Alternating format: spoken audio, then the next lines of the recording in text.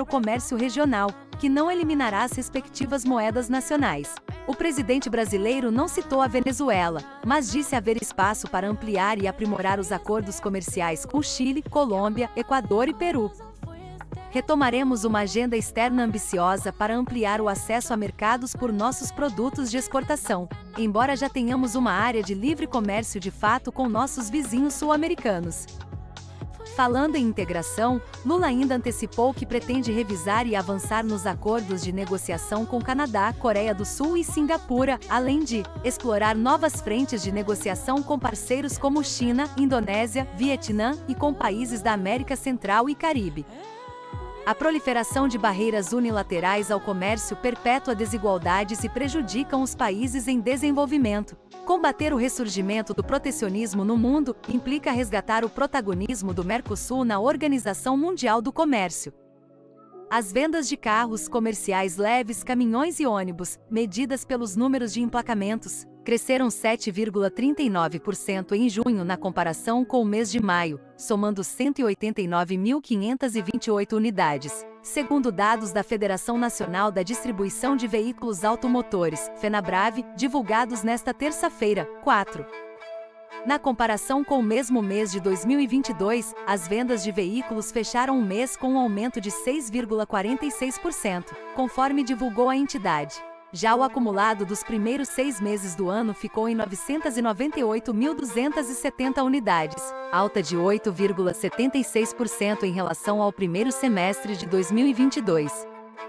O resultado do período aconteceu em meio ao programa do governo federal, que ofereceu descontos de até R$ 8.000 para pessoas físicas adquirirem um veículo. 9 montadoras de carros aderiram ao programa: Renault, Volks, Toyota, Hyundai, Nissan, Honda, GM, Fiat e Peugeot, totalizando 31 modelos e 233 versões de carros. Entenda o programa.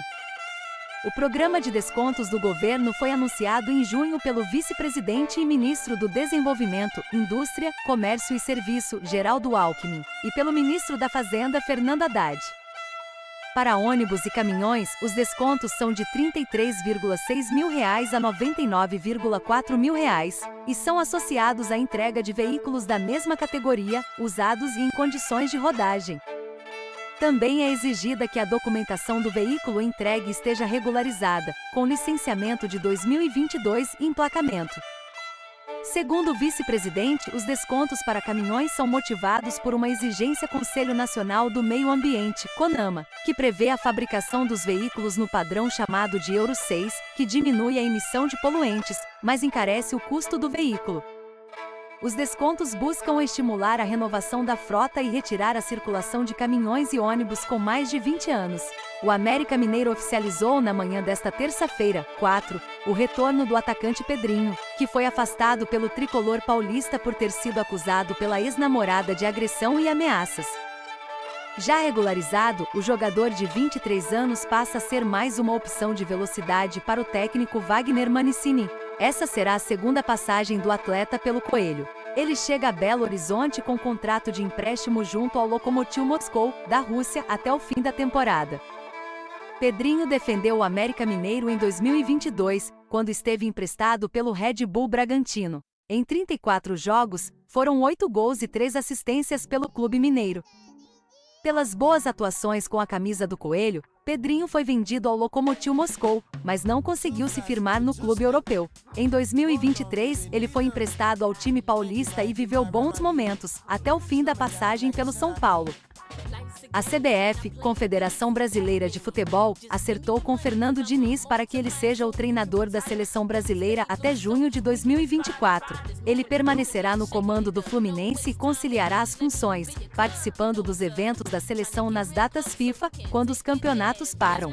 O clube carioca participou de toda a negociação.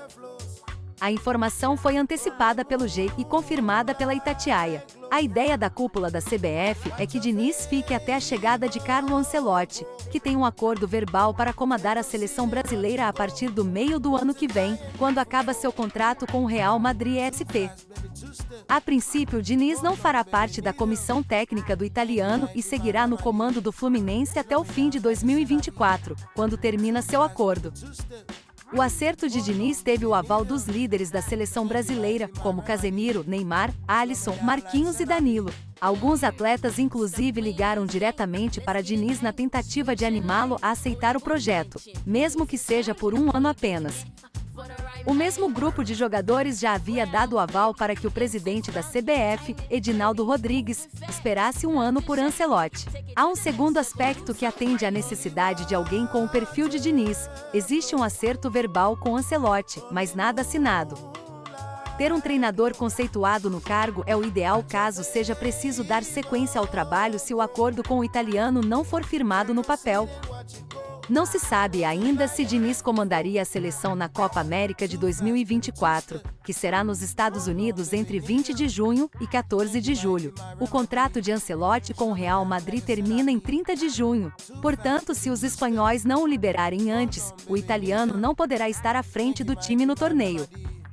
O problema é que ainda não se sabe se o calendário do futebol brasileiro vai parar durante a Copa América do ano que vem.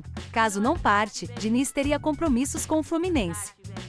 O treinador comandará o Brasil em 6 jogos pelas eliminatórias para a Copa do Mundo de 2026, que será nos Estados Unidos, México e Canadá, entre setembro e novembro de 2023, e em 2 amistosos, ambos em março de 2024. Um deles já está confirmado e será contra a Espanha. O presidente Luiz Inácio Lula da Silva, PT, defendeu novamente nesta terça-feira, 4, que o Mercosul volte a dialogar com a Venezuela e disse que, na avaliação dele, o país não pode ser isolado. Todos os problemas que a gente tiver de democracia, a gente não se esconde deles, a gente enfrenta eles, comentou Lula. A Venezuela está suspensa desde 2017 do Bloco Sul-Americano, justamente por descumprir regras democráticas do Mercosul. O presidente brasileiro também falou sobre a situação da ex-deputada Maria Corina Machado, principal candidata da oposição no país, e que foi declarada inelegível